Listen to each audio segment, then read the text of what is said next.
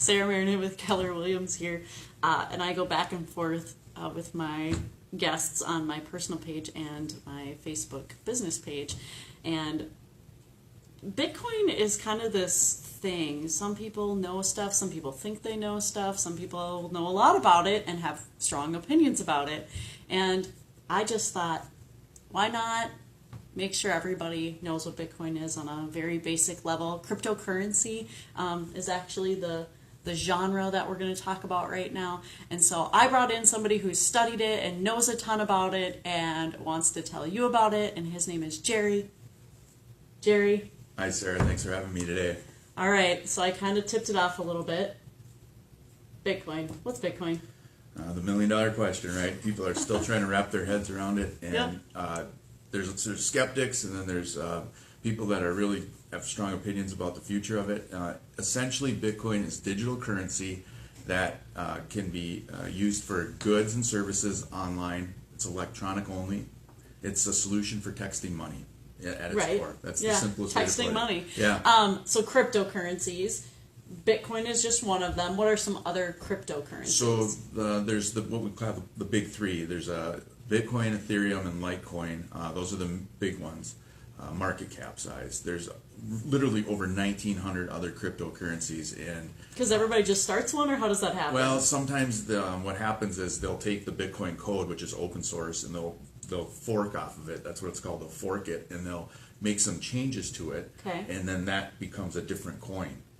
Some coins are actually just programmed or developed without the Bitcoin code at all, and there's so how do they have value? That's the question I always hear. That's the thing. 90% of them, rest assured, come a year from now are not going to be there. They're just completely plagiarized. They're just rip-off scams. There's no utility for them. They don't really serve a real purpose. So Bitcoin's the king, and that's the one that we think is going to be around for a while. But then Ethereum and Litecoin. So Litecoin, Litecoin is how are they essentially different? Litecoin essentially is like a mini Bitcoin. They use a lot of test scenarios on the Litecoin platform, where Ethereum's a completely different animal altogether. That one is more of a platform coin. So that code that's developed, other coins can build off of. Okay. So if a coin does happen to succeed that's far down the line of the 1900 and it's built on the Ethereum platform, in theory, the Ethereum coin should, obviously do well too. But, it's still so young and remain to be seen. But you like Bitcoin. Why do you like Bitcoin? We like Bitcoin. Well, for us at Blockwise Capital, what we're doing is we're actually trading it like a stock. Because as it is a digital currency, it also fluctuates based on supply and demand. With that, we can play off that volatility, and that's how we make our money. So whether it goes up or down, we have an algorithm we've been building for the last 16 months that it's just doing dynamite, and we're really turning out some profits, again, whether Bitcoin goes up or down. So we're playing in the middle. Okay, so it's like playing the stock market, kind of? Right, exactly. And, people have other feelings about the stock market as well, right? If you talk to an investment banker or somebody that's helping you invest in the stock market, they're going to say, are you high risk, are you low risk? And they'll say things like high risk, high return. So how does that compare to having a Bitcoin investment? Great question. So Bitcoin is highly volatile. It's all over the board. So it's like a high risk. It's a high risk investment, but it is technology based. It's all based on mathematics. Where if you take the dollar, for example, just as an example, and we don't think Bitcoin will replace the dollar, but it could. The dollar has lost 98% of its value from 1913. And hence inflation, yes, right? exactly. And since going off the gold standard in 71, that's made it even worse, right? So with Bitcoin, there's four key things or major things that we believe give Bitcoin value. That is, it's immune to inflation. There's only 21 million Bitcoin. There will only ever be 21 million Bitcoin. That's the code. We can't print more. Can't print more, just like the U.S. dollar, right? They just print as much as they want. It's scarce in supply. Again, only 21 million.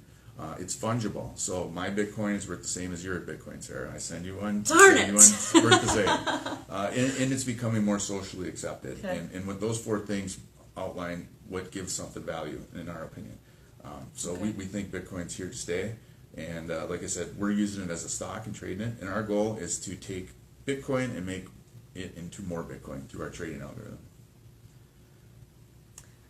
Not by division, like the way stocks can divide, right? Not that way, but more Okay, so just profits from trading. So Right. how our algorithm works, and we spent the last 16 months developing it. It goes out and makes dozens and dozens of trades per day. Okay. And in the crypto market, you have to remember it's not like a traditional market. It's open 24/7, 365. So worldwide. Worldwide. Yeah. And on a side note, it's huge in Asia right now. Of course. So how our They start things before us all They the always time. do. They always do. So our algorithm just goes out and makes little scalp trades, just trying to make winning trades, whether the Bitcoin price went up and we longed it, or it went down and we shorted it. And Okay. that's how we build the fund. So at the end of the month, our clients would get a performance report that looks like this. Probably hard to see on the camera, but those are issued once a month, and it shows exactly what their holdings are and their total value of the account based on USD at the time of the Bitcoin price. That's locked in at the end of the month. So if we made, say, a quarter of a Bitcoin at the end of the month for the account, let's just say Bitcoin was at $4,000, so that would equate to $1,000 profit. But remember now, Bitcoin price fluctuates so much. Right. So just how many today how many dollars is one Bitcoin worth? Okay, right. Actually, you know what? We've been on a nice little run right now. It went up from $4,200 to $5,000, and we're kind of pulled back and sitting at $4,800. So we had a huge increase. So one Bitcoin. So if I buy one Bitcoin, I need $4,800 to buy one Bitcoin. Correct. Now here's the beauty of Bitcoin. It's divisible down to 8 spaces, so it's 0. So I can buy a millionth of a Bitcoin. Not that far down, but yeah, you could buy. Right, but like a part, I can buy just a part of a Bitcoin. You can buy a portion of a Bitcoin, yes. Okay. Yeah. So this Bitcoin that I have in my purse from you is not for real. No, it's a tchotchke piece. It's just something we had. So I don't have real money. You don't have real money. All right. So okay, let's run through this one more time. So there's a spreadsheet out there, and it has a set number of Bitcoin on it. So the spreadsheet, how it works, that's the blockchain. And a blockchain is essentially just a glorified spreadsheet. It's cannot be altered, it cannot be changed, it's permanent, and it's transparent. So if I send you a Bitcoin, it's done by address, which is a long series of numbers, and that address is on the blockchain permanently and shows how many Bitcoin or portions of Bitcoin were sent in that transaction. Okay. So there's not like fraud, money laundering stuff. Well, that's in anything though, right? Right. You can money launder U.S. dollars, not necessarily Bitcoin. And contrary to popular belief, Bitcoin isn't completely anonymous because again, you can see the address, the Bitcoin wallet address that you sent Bitcoin to and from. What isn't displayed is obviously your social security number, name, address, or anything other personal information. But it could be tracked. You could track Bitcoin transactions. In fact, last night we just saw on the blockchain there was a transaction of $62 million of Bitcoin moved from one address to another. And just to highlight the transaction fees on that, it came to $4.63. That's all it cost them to move their money. Yep. So again, another great benefit of Bitcoin. You look at wiring money like Western Union or something, how expensive that is. Yeah. And even now in 2019, it takes 2 to 5 days to settle transactions, bank transactions. Bitcoin happens, literally instantly with pennies on the dollar for the fees. So well, and you had told me too, like this is why I had to do this video. There are ATMs for Bitcoin now, and there's one in New Brighton. There is. There's actually about 20 of them in the Twin Cities metro area. So what you can do is you can have a Bitcoin wallet that you can download to your phone, and you can send Bitcoin from another wallet, say on an exchange or on a website. Coinbase is a popular website to buy Bitcoin on. You can transfer it from there to your phone and then bring it to the ATM, or they call it a BTM machine, and it will actually spit out US dollars. You can sell your Bitcoin, buy it and sell it, and they make money on their fees. Well, just like any ATM, I mean, they have to pay for that machine to be there in the first place. Right. But that's kind of neat. Like that makes it kind of real, I think, to people is that you can go to an ATM and make transactions happen, not on the internet. Like the machine kind of makes it real, I feel like. Yeah, it does. It does. Just to convert it to dollars and do that. And with anything of this nature, we call it the disruptor. Bitcoin is a disruptor in the industry, and the thing is, we don't really know where it's going to go. Is it going to be a currency? Is it going to be like digital gold and stored like as an asset? Is it going to be maybe like in your industry, what I equate to real estate? There's only so much of it. They're not making any more. Yep. So our hope is that Bitcoin price goes up tremendously in the future, but in the interim, through all these little cycle changes, ups and downs, we're making little, scalp trades off the algorithm. So Right. So just to dumb it down a little bit more again, most people don't even know what happened when the mortgage market crashed. Yeah. And that was, a lot of people watched the movie The Big Short, right? And so they hear about shorting the market, and basically they were gambling that it would fail. And that's a little bit of what your algorithm is doing, is it's gambling with the... Well, look, markets go up and they go down, Yeah. right? So what we're doing is the buys will come into place depending on what the market activity is. It's card reading. Yeah, well, we don't try to predict the markets, we react to them. But the algorithm will work off of different behaviors through a litany of different strategies we use compiled together into the algorithm. So if something goes way down for a while, the bot will kick in and we'll make a buy thinking it's going to go up and go into a longer position, So just so you know, I did ask him to try and keep this dumbed down for all of us that don't understand the algorithms and some of this, and he's doing a pretty good job. Yeah, it's a piece of code that does the trading for us, but there is manual intervention. So we'll go in and make buys manually too. We don't just solely rely on the bot, the trading bot. Okay. Another side note is, and I ask your viewers to just simply Google how many times Bitcoin's been declared dead. It's a running joke. It's over 300 in some on some websites I've seen. We call it the cockroach asset. It just won't die, and when it comes back stronger. And the timing right now couldn't be better to get in because it had a huge run up in 2017. It topped out at 19,500. And then crashed, like a lot of people were scared it's come about down 80%, and it's found what we think is a bottom. And like I said, now couldn't be a better time to get into the fund, or even just buy Bitcoin and dip your toe. And you can do that at Coinbase.com. It's a really easy interface to use. Right. And in fact, my retired 70-year-old father is dabbling in Bitcoin, and he has about $25 a week he buys through Coinbase. So That's not bad. yeah, $25 a week. He's got some skin in the game. A little bit. Yep. Okay, so you can do that. You can go out on Coinbase and just play with it a little bit. But if you want to get serious and use the algorithms and be hands off and have somebody who's managing, you'd call somebody like Jerry. He's got a company, Blockwise, and they do that for you. He held up his little pro forma, basically, stuff here, showing you how the funds are performing.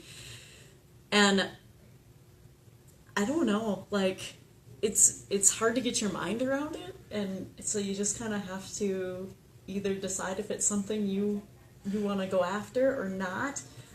Here's a good way to put it, Sarah. This is what I tell people to put it in context of the digital age. Kodak didn't think that people would go for digital pictures because they couldn't hold them in their hand, right? And the music industry didn't think people would go for,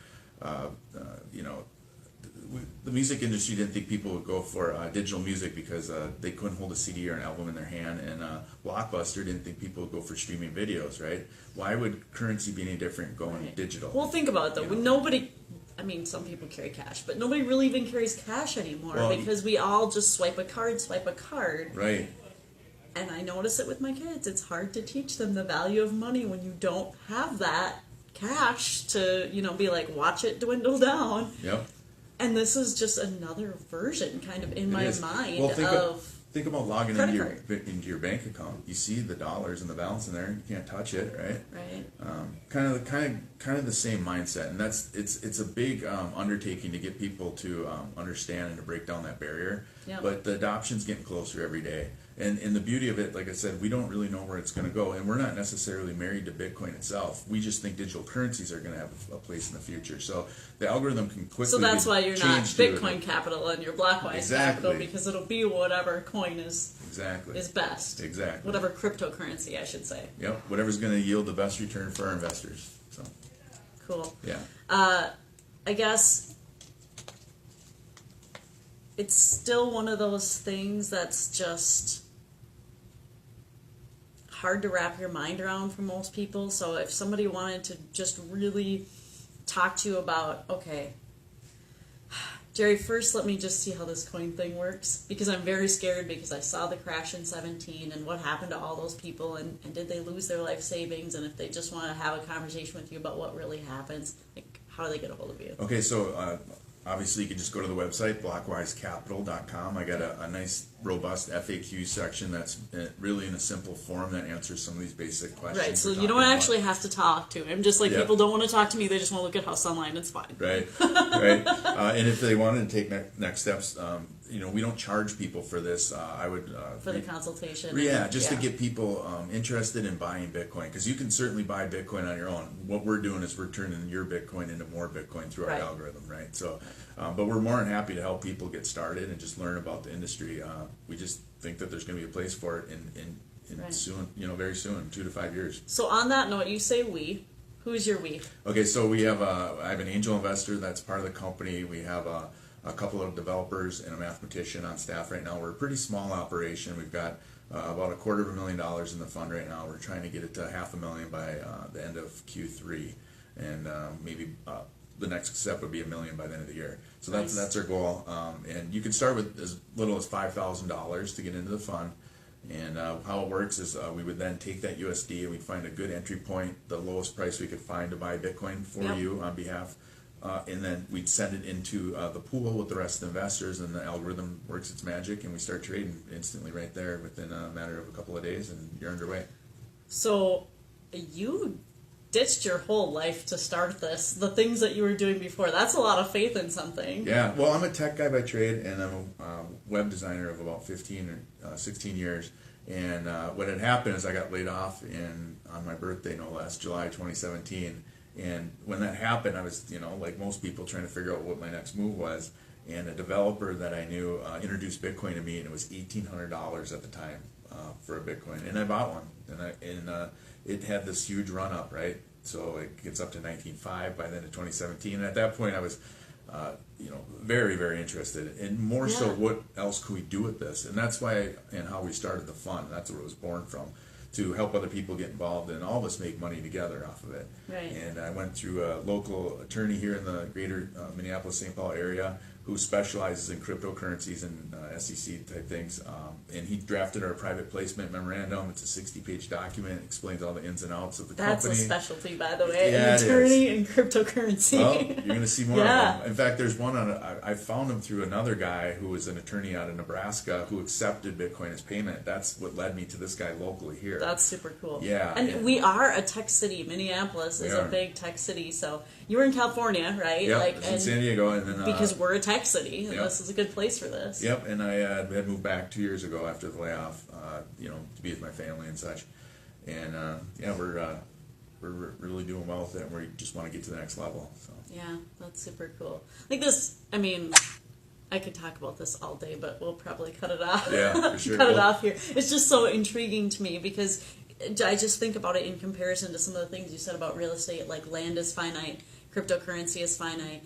Like, at some point, I guess, everybody is going to be involved in living on land, and I'm trying to make this connection in my head, the whole thing is just so much to get my mind wrapped around, but that said, again, check out the Blockwise Capital website.